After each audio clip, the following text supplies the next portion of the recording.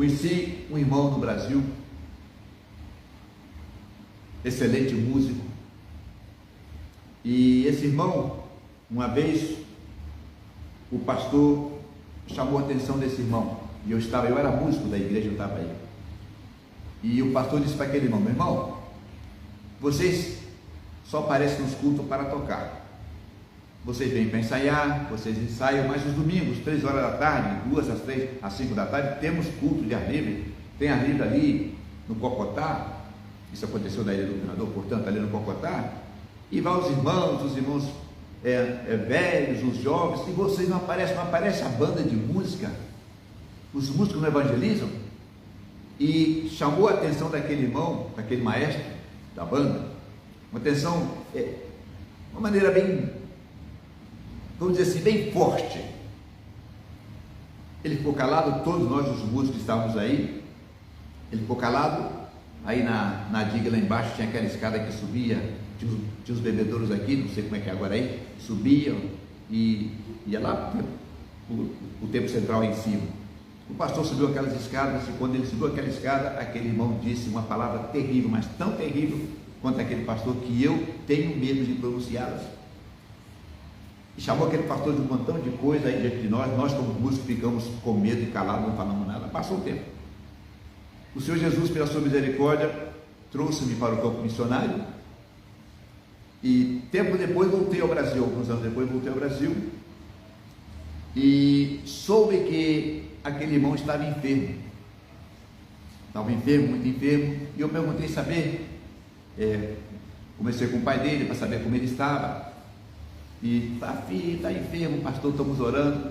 Então, irmão, escute bem, os obreiros foram visitar aquele irmão, ungiram com óleo, fizeram jejum, impuseram as mãos, como disse a Bíblia, foram para o monte orar, círculo de oração, vigílias, orando por aquele irmão, e ele não melhorava.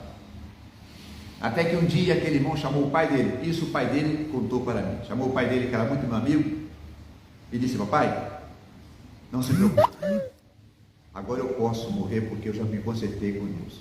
Eu nunca contei para o pai dele, que também já faleceu, e nunca contei para ninguém o que foi que ele falou contra aquele servo de Deus.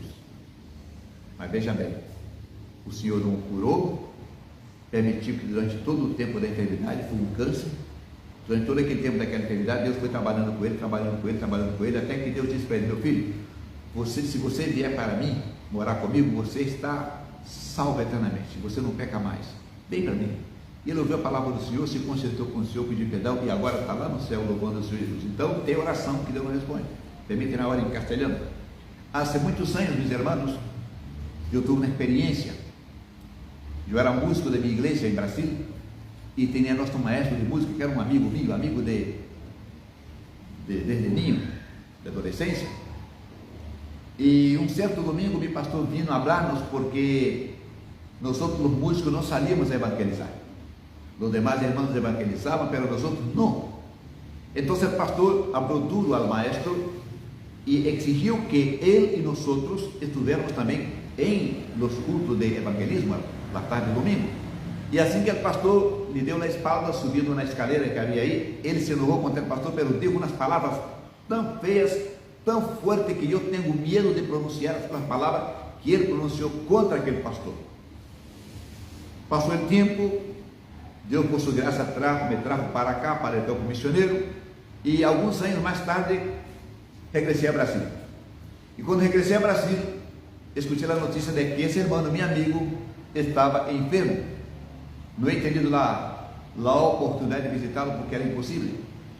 E a enfermidade era muito forte, muito dura. E eu perguntei aos irmãos, perguntei a seu papá, e me dijo: mira, pastor Adán, hemos ayunado por ele, estamos ayunando por ele, hemos ungido com aceite, estamos fazendo vigília, oramos por ele com imposição de manos, e não passa nada, está empeorando cada dia. E eu também queria orando por ele, me acordei do caso, porque eu nunca contei a nadie, e mais ou menos alguns 15 dias mais tarde, regressa seu papá a falar comigo, e me dijo: Adán, eu te conto que meu filho vai partir com Cristo. Eu digo: por quê, irmão? Seu papai era pastor. Por quê, pastor? porque minha madre me dijo: papi, vení, porque já ia negado com Deus e ia ser preparado para morrer. Foram os irmãos, o papá foi orar por ele e ele está com o Senhor. Nunca contei a nadie, seguramente alguns daqueles irmãos que foram músicos comigo, que estão vivos, recorda esse assunto, recorda quem é a pessoa, não vou dizer aqui, pero quando Deus disse não, irmão, es não. 2 Samuel, capítulo 12, 16 e 18. 2 Samuel, capítulo 12, versículo 16 e versículo 18. Aqui é o caso de David, né? Em castelhano, 2 Samuel, capítulo 12, versículo 16 e versículo 18. Entonces David rogou a Deus por el niño. Escute bem, irmãos. E ayunou David e entrou e passou a noite acostado em terra, quebrantando-se, intentando cambiar a decisão que havia tomado Deus de que el niño iba a vivir. E al sétimo dia morreu el niño. E temia o siervo de David hacerle saber que el niño havia muerto, dizendo entre si: quando el niño aún vivia, le hablamos e não queria oír nossa voz. Quanto mais se afligirá se lhe decimos que el niño ha muerto. Você conhece a história, irmão, agora em português. Davi mandou tirar a vida de um homem por causa do pecado que cometeu com aquela mulher. A mulher ficou grávida e Davi pensava que ia ter ali um novo herdeiro, mas Deus disse: não, essa criança, esse menino vai morrer. E Davi disse: não vai morrer, eu vou jejuar, vou subir um monte, vou fazer vigília. Não vai morrer, não é assim que a gente faz? Não, eu vou mudar o coração de Deus. Davi pensava assim. Vamos aí, 2 Samuel capítulo 12, versículo 16, depois do versículo 18. Davi buscou a Deus em favor de seu filho. Observou um rigoroso jejum e, recolhendo-se, passou a noite toda prostrada no chão. No sétimo dia, contudo, o menino morreu. Os anciãos de Davi tinham receio de lhe dar a notícia de que a criatura havia falecido. Comentavam: quando o menino estava vivo, nós lhe aconselhamos e ele não nos atendeu. Como podemos agora dizer que a criança morreu? Ele poderá cometer alguma insensatez. Em outra palavra, Deus disse não e o não de Deus é não.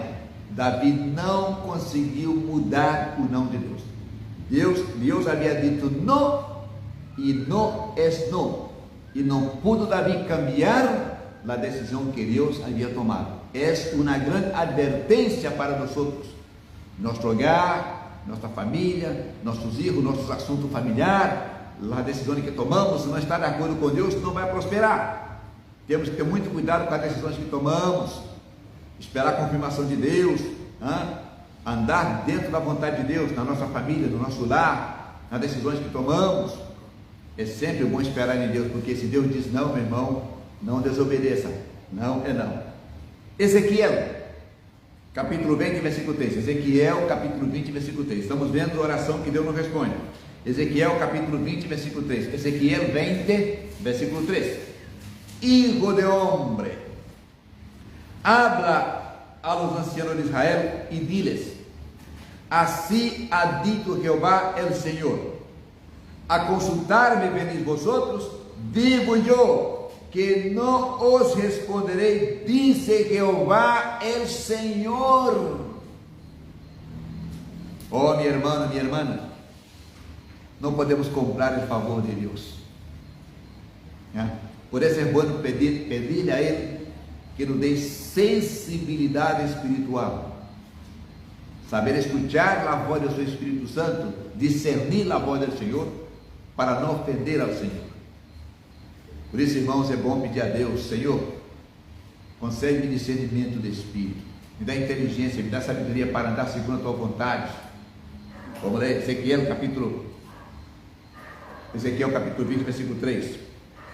Ó querido filho do homem, fala pois aos anciãos e líderes de Israel e diz-lhes: a ti assim diz Yahweh, o Senhor Deus: ora, agora vindes consultar-me, pois tão certo como eu vivo, não me deixarei ser questionado por vós, afirma o eterno Deus. Ele fecha a porta, ninguém pode abrir. Ele diz não, ninguém pode mudar esse não. É bom escutar a Deus e entender sua voz. 2 Coríntios, vamos agora ao Novo Testamento, 2 Coríntios capítulo 12, versículos 7 a 9. Agora vamos ao Novo Testamento, meus irmãos, outro exemplo mais. 2 Coríntios capítulo 12, versículos 7 a 9. Aqui trata do apóstolo Paulo, grande servo de Deus. Repita em castelhano, 2 Coríntios capítulo 12, versículos 7 a 9. Aqui se trata de Pablo. E para que la grandeza de las revelaciones